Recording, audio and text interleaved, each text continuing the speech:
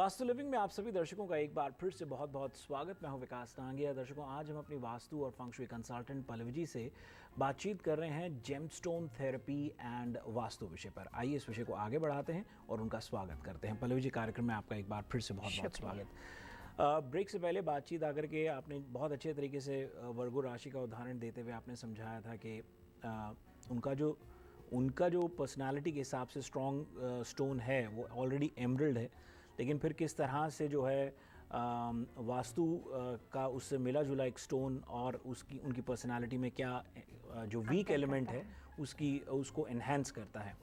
ऐसे ही अगर मैं सभी राशियों के बारे में कुछ जानना चाहूँ तो क्या हमें उसकी थोड़ी जानकारी आप दे सकते हैं?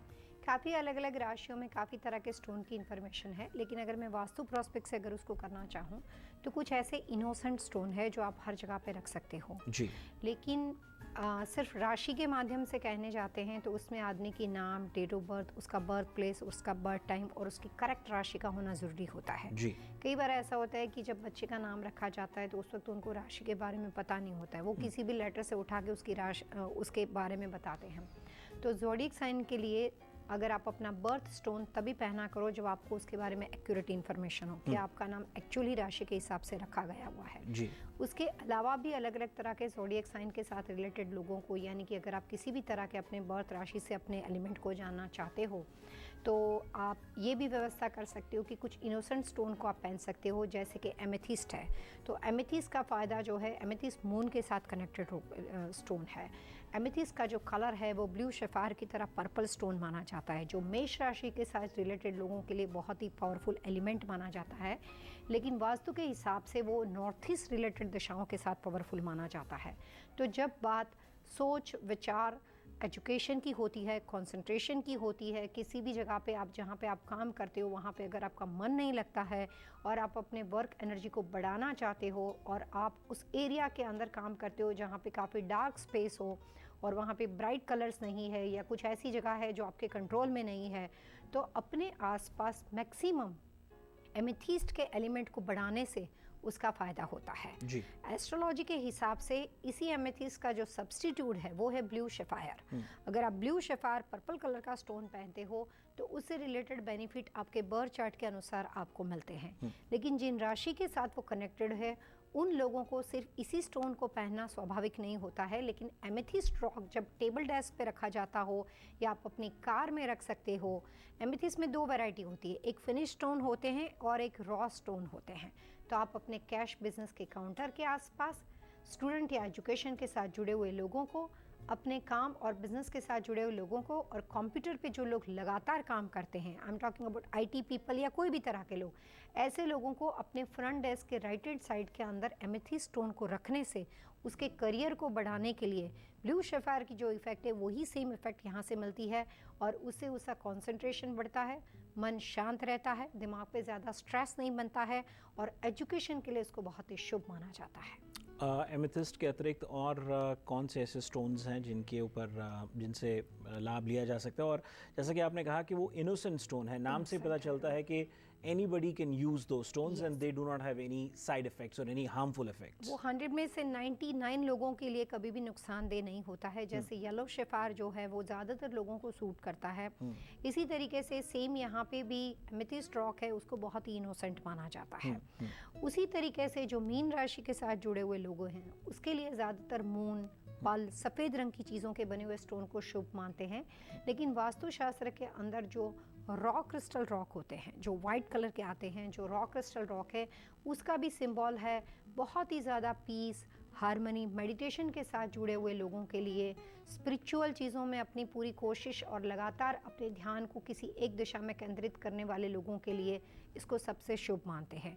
घर में बहुत ज़्यादा लड़ाई झगड़े, वाइट, हाँ पल वाइट का, जब घर के अंदर पति पत्नी दोनों का कंट्रोवर्सी चार्ट हो, पति पत्नी में बहुत ज़्यादा आर्ग्यूमेंट हो, किसी भी एक एलिमेंट के साथ दूसरा नेगेटिव एलिमेंट टकराता हो या दोनों के अंदर कम्प्लीटली क्लैशिंग चार्ट हो, तो ऐसे लोगों के लिए पर्ल और मून के पहनने से उस सिचुएशन में काफ़ी बैलेंस होता है, आदमी का मन शांत होता है, वो आसपास के एटमॉस्फेयर के बजाय उस व्यक्ति और पर्सनालिटी को ज़्यादा शांति प्रोवाइड करता है।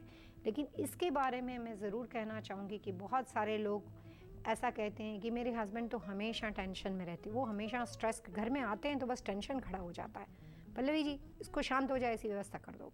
लेकिन कई बार हस्बैंड बहुत बड़ा बिजनेस चलाते हैं, बात तो बहुत छोटी सी हो गई कि आके वो हाइपर है, वो एग्रेसिव है, उसको शांत कर देना बहुत ज़रूरी है, वो एक रिक्वायरमेंट है। दूसरी बात, अगर उसको आप बिना सोचे समझे पल पहना देते हो या आप उसको मोती लाइक वाइट डायमंड पहना देते हो, तो उससे वो शांत होने के बाद जो भी वो बिज़नेस करता था, जो वो काम करता था, उससे उसकी एनर्जी एकदम स्लो हो जाती है, नैरो डाउन हो जाती है। वो आदमी अपने काम के अंदर जितना वर्कोलिक वो था, उतनी एनर्जी वो यूटिलाइज नहीं कर पाता है। तो स्टोन के पहनने से पहले ये जानना ज़रूरी है कि आप किस दौर से गुजर रहे हो, किस तरह के काम के साथ हो। ज़्यादातर एस्ट्रोलॉजर के साथ घर की जो हाउस वाइफ होती है, मैं ये बात किसी एक व्यक्ति के लिए नहीं कह रही, बट मैंने आमतौर पे जो अपनी प्रैक्टिस के दौरान देखा है, मैं उसको बता रही हूँ। हाउस वाइफ को हमेशा इस बात से चिंता रहती है कि घर के आसपास के लोगों के लिए और एटमॉस्फेयर से वो परेशान हो जाती है, क्योंकि वो काफ़ी हार्ड वर्क करते हैं, घर को संभालना, परिवार को संभालना, उनका जॉब काफ़ी डिफ़िकल्ट है। जब लोग उसको अप्रिसिएट नहीं कर पाते हैं तो वो अपसेट हो जाते हैं। तो सबसे पहला तरीका ये ढूंढते हैं कि कैसे भी हो जाए मेरा हस्बैंड शांत हो जाए। और यही बात उल्टी भी हो सकती है। कई बार हस्बैंड को भी लगता है कि मेरी वाइफ बहुत काफ़ी ज़्यादा हाइपर एग्रेसिव है, ये थोड़ी बैलेंस हो जाए। मैं कल की आपको बात बताती हूँ। मेरा कल किसी के साथ मिलना हुआ था, उन्होंने कहा कि मैं ये हूँ, मैं वो हूँ, मैं बहुत ज़्यादा हाइपर हूँ, एग्रेसिव हूँ, मैंने अपनी लाइफ बड़ी जिंदा दिली से जी है। ये बात हस्बैंड के स्टेटमेंट थे।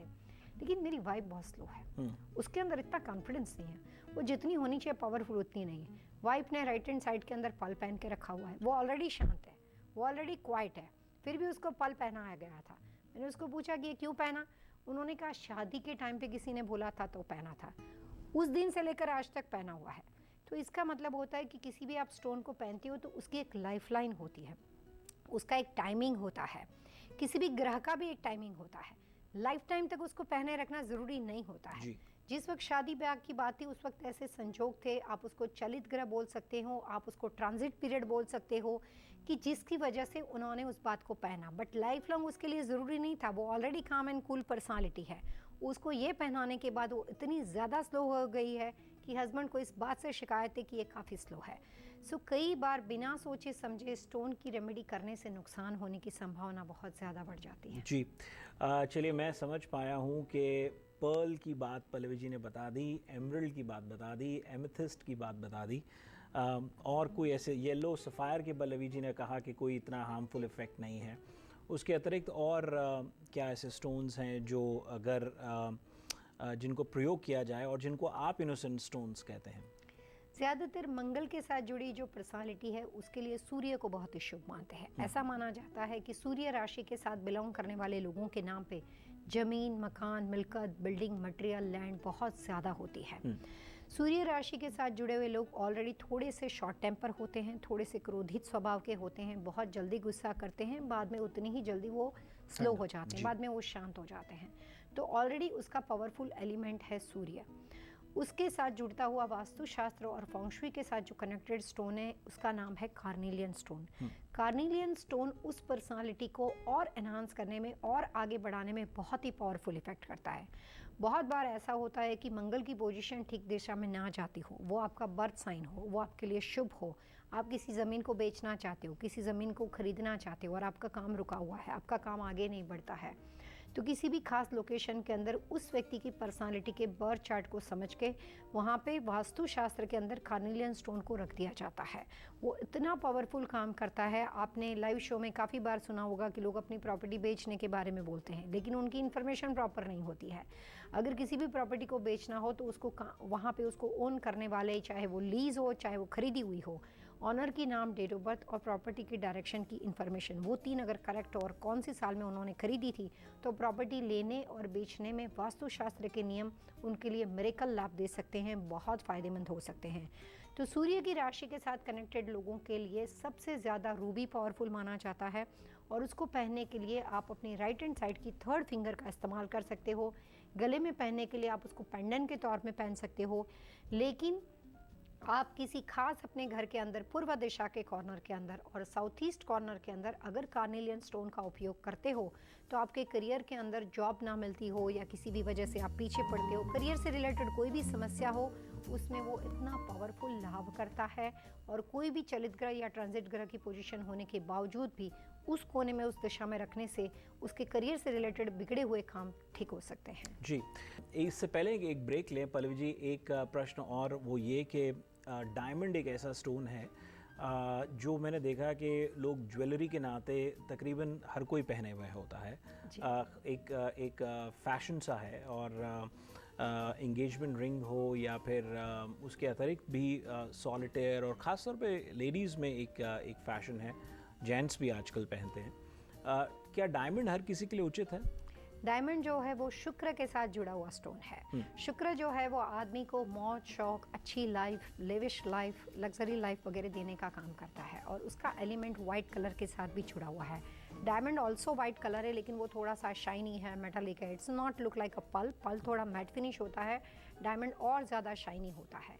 तो जब आदमी को अपनी ज़िंदगी में बहुत ज़्यादा मौज शौक बढ़ाने हो, बहुत ज़्यादा अच्छी लाइफ चाहिए, या फिर अगर जिसका एलिमेंट हो, तो उसको डायमंड पहनने से बहुत फ़ायदा होता है। वास्तुशास्त्र के नियमों के अनुसार जिन लोगों की डेट ऑफ बर्थ का एलिमेंट अर्थ के साथ जुड़ा हुआ हो, उसको अगर डायमंड से रिलेटेड चीज़ों को पहनने से, अपने आसपास डायमंड की सजावट करने से या क्रिस्टल की सजावट करने से बहुत बड़े लाभ होते हैं। तो सबसे पहली बात यह है कि डायमंड को पहनने से शादी ब्याह से रिलेटेड परेशानी हो तो वो सॉल्व हो सकती है, और बहुत ही कम लोगों को ये पता है कि गलत, बिना सोचे समझे, आधी अधूरी बात से डायमंड को पहनने से extra marital affair also vastu दोष की निशानी है, जो कि डायमंड से कई बार क्रिएट होते हैं। तो डायमंड पहनना बहुत लाभदेह है। अपने बिजनेस को आगे बढ़ाने के लिए, अपने आप को और ज़्यादा स्ट्रांग बनाने के लिए डायमंड फ़ायदा तब कर सकता है जब अगर आपको वो एलिमेंट सूट करता हो। मनोरंजन से रिलेटेड बिजनेस के साथ, क्लब बिजनेस के साथ, मीडिया के साथ कनेक्टेड लोगों को डायमंड पहनने से अपने बिजनेस में काफ़ी ज़्यादा पावरफुल इम्पैक्ट दिखाई देता है। जी दर्शकों, वक्त हो चला है अब एक और छोटे से ब्रेक का, और ब्रेक के बाद पल्लवी जी से हम जेमस्टोन थेरेपी एंड वास्तु विषय पर बातचीत को जारी रखेंगे। आप जाएगा नहीं, बने रहिए हमारे साथ।